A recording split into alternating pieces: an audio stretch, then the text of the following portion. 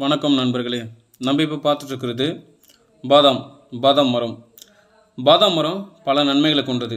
இதன் பழங்கள், இலைகள், மரப்பட்டைகள் மருத்துவ ரீதியாகவும் பிற பயன்களில் பயனுள்ளதாக இருக்கின்றன.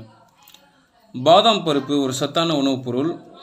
இது இதய ஆரோக்கியம் மற்றும் சருமத்திற்கு நல்லது.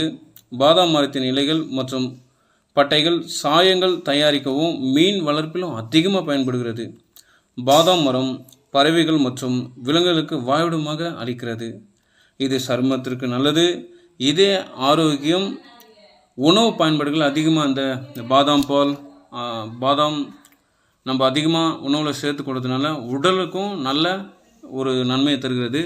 இதனால் அதிகமாக இதை நடுவோம், அதிகமாக நட்டு இதனுடைய பலனை பெறுவோம்.